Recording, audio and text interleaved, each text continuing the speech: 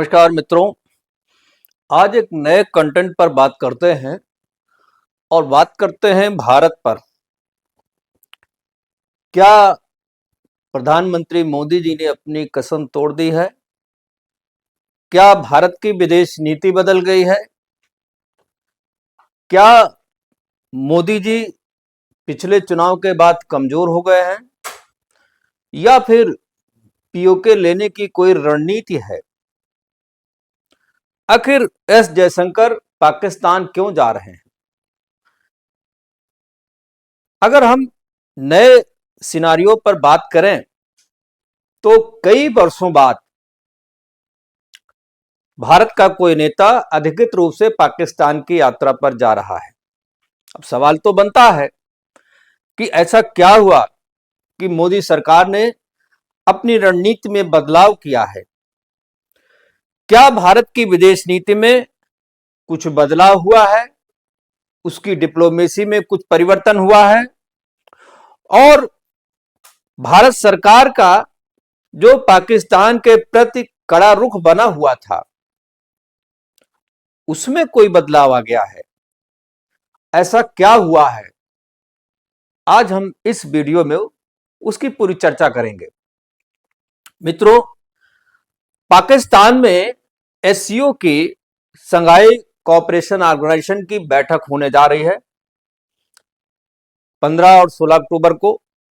भारत के विदेश मंत्री एस जयशंकर, वैसे तो निमंत्रण प्रधानमंत्री जी को भेजा गया था इस बैठक में शामिल होने के लिए, लेकिन प्रधानमंत्री जी स्वयं ना जाकर के विदेश मंत्री जी को भेज रहे हैं और एस जयशंकर जी इस मीटिंग में पाकिस्तान जा रहे हैं और यह मीटिंग इस्लामाबाद में होने वाली है। एस जयशंकर ने हालांकि अपने इस दौरे को लेकर के पत्रकारों को बयान दिया है, क्योंकि सभी आश्चर्यचकित हैं कि ऐसा हुआ क्या जो पाकिस्तान से कनेक्शन जोड़ने लगा। उन्होंने कहा अपने प्रेस वार्ता में जयशंकर जी ने कि पाकिस्तान से वो कोई रिश्ते सुधारने नहीं जा रहे हैं, बल्कि एससीओ समिट में शामिल होने के लिए इस्लामाबाद जा रहे हैं। और उन्होंने भी कहा कि भारत एससीओ का एक अच्छा सदस्य देश है, इसलिए इस वजह से उसका वहां जाना आवश्यक समझा जा रहा है। अब सवाल यह है कि पहले भी तो इस तरीके की बैठकें हुई थी, उसका बहिष्कार क्यों किया गया? 15-16 नवंबर 2016 को भी सार्क की बैठक तय हुई थी इस्लामाबाद में। भारत ने मना कर दिया कि हम नहीं जाएंगे। पाकिस्तान में किसी भी प्रकार के कार्यक्रम में हिस्सा लेने भारत से कोई नहीं जाएगा, भारत सरकार ने तय किया था। और पिछली सारी बैठकों को बार बार कैंसिल किए गए। एससीओ में भी ऐसे मामले आए थे, जब भी पाकिस्तान में कोई भी ऐसा कार्यक्रम तय होता था भारत उससे दूरी बना लेता था। और 2016 में जब उरी अटैक हुआ था जिसमें पाकिस्तान का सीधा सीधा इन्वॉल्वमेंट था, उसके बाद जो मनमुटाव बढ़ता गया और फिर जब धारा 370 हटाई, पाकिस्तान ने भारत से सारे संबंध तोड़ लिए।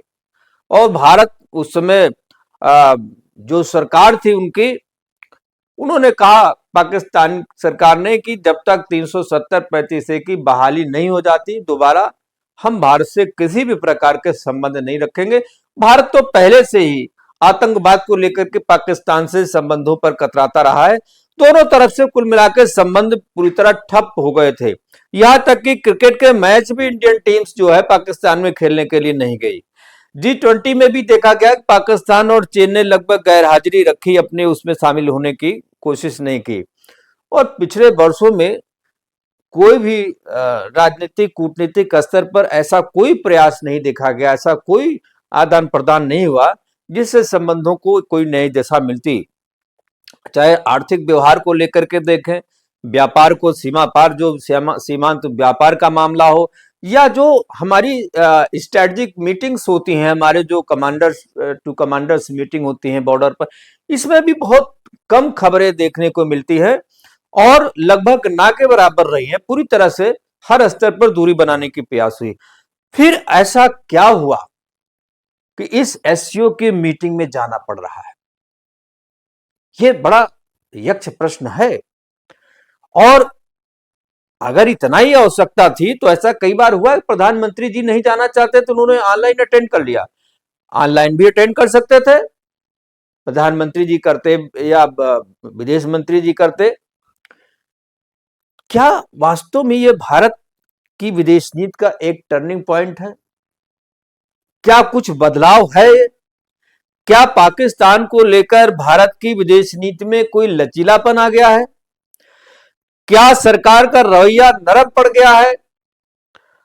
क्या हुआ जो आतंकवादियों के खिलाफ जीरो टॉलरेंस की नीति अपनाने की बात होती रही है और उसी आतंकवादी समर्थक देश के यहां जाकर के और संघाई कोऑपरेशन मीटिंग में शामिल होने की बात हो रही है।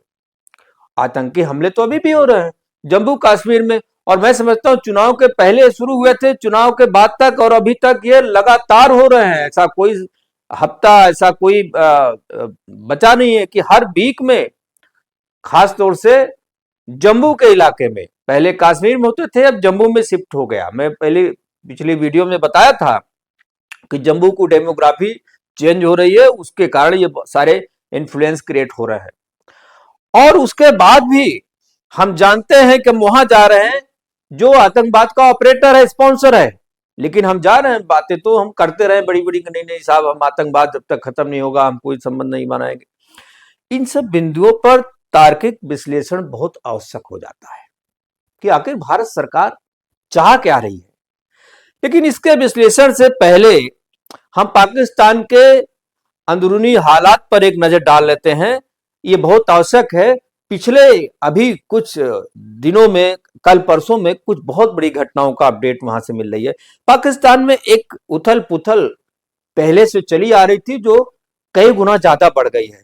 पीटीआई पार्टी के जो फाउंडर है इमरान साहब ने एक विरोध प्रदर्शन का आह्वान किया और उनके आह्वान पर इस्लामाबाद, लाहौर, तमाम शहरों में लोग सड़कों पर उतरे, उनके कार्यकर्ता, और भयंकर विरोध प्रदर्शन हुआ। उसमें हिंसा की भी बहुत खबरें आ रही है और इसको रोकने के लिए बाकायदा पाकिस्तान को अपनी सेना बुलानी पड़ी और सेना को सड़कों पर उतारा गया। हालांकि 17 अक्टूबर तक सेना पाकिस्तान की सड़कों पर तैनात रहेगी। 15-16 अक्टूबर को यह मीटिंग भी होनी है एससीओ की इस्लामाबाद में। तब तक सेना इस पूरे सिस्टम को, इस पूरे माहौल को कंट्रोल करने की कोशिश करेगी। खैबर पख्तूनवा के जो चीफ मिनिस्टर हैं अली अमीन गड्डापुर साहब को भी हाउस अरेस्ट कर लिया गया है, उनको भी गिरफ्तार कर लिया गया है क्योंकि वहां से भी कुछ इन्फ्लुएंस के संभावनाएं बनी थी। कई इलाकों में पाकिस्तान में इंटरनेट सेवा पूरी तरह से बंद है। पाकिस्तान में जो कराची एयरपोर्ट के पास भी धमाका किया गया था, अभी लेटेस्ट खबर है, उस धमाके में 2 चाइनीज इंजीनियर्स मारे गए हैं और 17 लोग घायल हैं, बहुत सारे सिक्योरिटी फोर्सेस के लोग मारे गए हैं। मतलब सीधे सीधे सीपेक को बलूची टारगेट कर रहे हैं। और इस मीटिंग के बाद, क्योंकि ये मीटिंग चाइना का एक बड़ा उसमें रोल रहता है, एक बड़ा मैसेज देने की कोशिश कर रहे हैं आतंकवादी कि इस तरह की मीटिंग यहां नहीं होने पाएगी। और बीएलए ने बाकायदा हमले की जिम्मेवारी ली है और मैं समझता हूं अगर ये स्थिति रही तो इस बैठक में ग्रहण लग जाएगा, ये बैठक नहीं हो पाएगी। और क्या जयशंकर जी को वहां जाना उनके लिए भी सुरक्षित रहेगा, नहीं रहेगा, ये सब विश्लेषण का विषय मैं समझता हूं। इस पूरे मुद्दे पर अगर हम विश्लेषण करते हैं तो क्या यह सरकार की कमजोरी है या किसी रणनीति का हिस्सा है? इसको समझना बहुत आवश्यक है क्योंकि यही एक यक्ष प्रश्न है जो सबके दिमाग में घूम रहा है। विदेश मंत्री का पाकिस्तान जाना किसी बड़ी रणनीति का हिस्सा भी हो सकता है। जब भारत ने इतना कड़ा रुख अपना रखा हो, जिस देश में क्रिकेटर तक ना जाते हो, वहां विदेश मंत्री का जाना कोई आम बात नहीं है। और कहीं ये सब के पीछे अमेरिका की कोई डिप्लोमेसी तो नहीं है? कहीं अमेरिका भारत पाकिस्तान के संबंधों को नॉर्मलाइज तो नहीं करना चाहता है? और पाकिस्तान को चीन से दूर करने की योजना पर तो नहीं काम कर रहा है कि अमेरिका चाहता हो भारत पाकिस्तान करीब आए और चीन से दूरियां पाकिस्तान की बढ़ाई जाए। और भारत को, क्या अमेरिका भारत को पीओके के नेगोशिएशन के नजदीक लाने का प्रयास तो नहीं कर रहा है? कोई नेगोशिएशन टेबल पर बैठाने की कोशिश तो नहीं कर रहा कि भारत पाकिस्तान को एक साथ लाया जाए? क्योंकि पाकिस्तान के जो अंदरूनी हालात हैं वो बहुत खराब है। पाकिस्तान बहुत बुरी तरह से उलझा हुआ है और पाकिस्तान के अंदरूनी हिस्सों में कई फ्रंट खुले हुए हैं। पीओके के लोग लगातार आंदोलन कर रहे हैं, पाकिस्तान के खिलाफ होना चाहते हैं, अलग होना चाहते हैं, पाकिस्तान से संबंध खत्म करना चाहते हैं। बलूचिस्तानियों का जो संकट है वो सबसे बड़ा संकट आज की डेट में पाकिस्तान का है। आर्थिक रूप से पाकिस्तान अपंग हो गया, पैरालाइज हो गया, दिवालिया हो गया है। पॉलिटिकल स्टेबिलिटी नहीं है, सरकारें आ रही जा रही, पूरा कार्यकाल पूरा नहीं कर पा रही हैं। और ये तो तय है कि ऐसी स्थिति में पाकिस्तान भारत से उलझने की कोशिश नहीं कर सकता, उसकी सामर्थ्य ही नहीं है। तो कहीं पाकिस्तान से निगोशिएशन के उद्देश्य से तो विदेश मंत्री जी नहीं जा रहे हैं। कोई ऐसी वार्ता हुई हो? अभी अमेरिका में गए थे प्रधानमंत्री जी, विदेश मंत्री जी, वहां पाकिस्तान के भी विदेश मंत्री थे, जेलेस्की साहब भी गए थे, बहुत सारे देशों के विदेश मंत्री थे, सबसे वार्ताएं हुई थी। वहां रशिया के भी विदेश मंत्री गए थे। तो कहीं कोई ऐसा तो नहीं अंदर अंदर कुछ पक रहा हो और कोई ऐसा निगोशिएशन की संभावना आ गई हो और उस पर विदेश मंत्री या प्रधानमंत्री या सरकार ने सोचा हो कि भाई अब थोड़ी सी गतिविधियां बढ़ाई जाए। वैसे देखा जाए तो पाकिस्तान एससीओ के एजेंडे में कोई खास माने नहीं रखता है। उसका काम तो बस आतंक फैलाना, अलगाववाद फैलाना, क्षेत्रीय अस्थिरता फैलाना, पड़ोसियों को कमजोर करने की कोशिश करना, अस्थिर करने की कोशिश करना और उसकी चपेट में खुद भी भुगतना, ये उसकी नियति है। मुल्ला कल्चर वहां का हावी है, दिवालियेपन का पूरी तरह शिकार है। वो किसी प्रकार का आर्थिक सहयोग तो कर नहीं सकता, वो तो खुद चीन के ऊपर निर्भर है। और एससीओ तो एक इकोनॉमिक कॉपरेशन का ऑर्गेनाइजेशन है, उसमें पाकिस्तान की भूमिका मेरी समझ में नहीं आती कि क्या कोई खास भूमिका हो सकती है। पूरा देश कर्ज पर चल रहा है और ऐसे वो विश्व की जो सबसे बड़ी पांचवी महाशक्ति है, भारत से पंगा कैसे ले पाएगा? तो भारत की कोई मजबूरी है नहीं वो पाकिस्तान के साथ संबंधों को बहाल करे, संबंधों को नॉर्मलाइज करे, कोई मजबूरी तो है नहीं। हालांकि भारत ने पहले ये साफ कर रखा है, कई बार विदेश मंत्री हो या कई डिफेंस मिनिस्टर हो, बहुत सारे लोगों ने कहा कि देखिए पीओके भारत का हिस्सा है और हम पीओके को लेकर रहेंगे। ये लेटेस्ट दिनों में भी ये खबरें आती रही और पीओके में जो प्रदर्शन चल रहा है उससे पाकिस्तान पर एक प्रेशर भी है, वो भारत के पक्ष में जाता दिख भी रहा है। और एक बात और कि आज जो भारत का जो मोस्ट वांटेड है जाकिर नाइक भी पाकिस्तान में कैंप किए हुए हैं, मलेशिया से भागा हुआ है। मलेशिया के प्रधानमंत्री पिछले दिनों आए थे, उन्होंने कहा कि अगर भारत सरकार सबूत देती तो हम उसको हैंडओवर कर देंगे। तब से मलेशिया छोड़ भागा हुआ पाकिस्तान में है। उसके बाद भी भारत के विदेश मंत्री का जाना, अगर इन सारी कड़ियों को जोड़कर देखते हैं तो दो नतीजों पर पहुंचा जा सकता है, तीसरा कोई विकल्प दिखाई नहीं देता। पहला, या तो पाकिस्तान के साथ संबंध सामान्य करने और रिश्तों में जो बर्फ पड़ी है उसको पिघलाने के लिए तथा नेगोशिएशन का मार्ग खोलने के लिए एक कवायद शुरू की गई है ताकि हम पीओके को या इस तरह के कोई बड़ा नेगोशिएशन कर सकें। इसके पीछे अमेरिका का हो सकता है सपोर्ट, किसी का हो सकता है, कोई ऐसी स्थिति पैदा हुई हो और उसके बदले में पाकिस्तान अमेरिका भी कुछ लेना चाहेगा। उसकी डीलिंग क्या है, हुई है नहीं हुई है, वो सारी बातें आने वाले समय में दिखाई देगी। या दूसरा कारण यह हो सकता है कि पिछले चुनाव में, अभी जो 2024 में इसी साल हुआ है, चुनाव के नतीजों में मोदी सरकार कमजोर हुई है।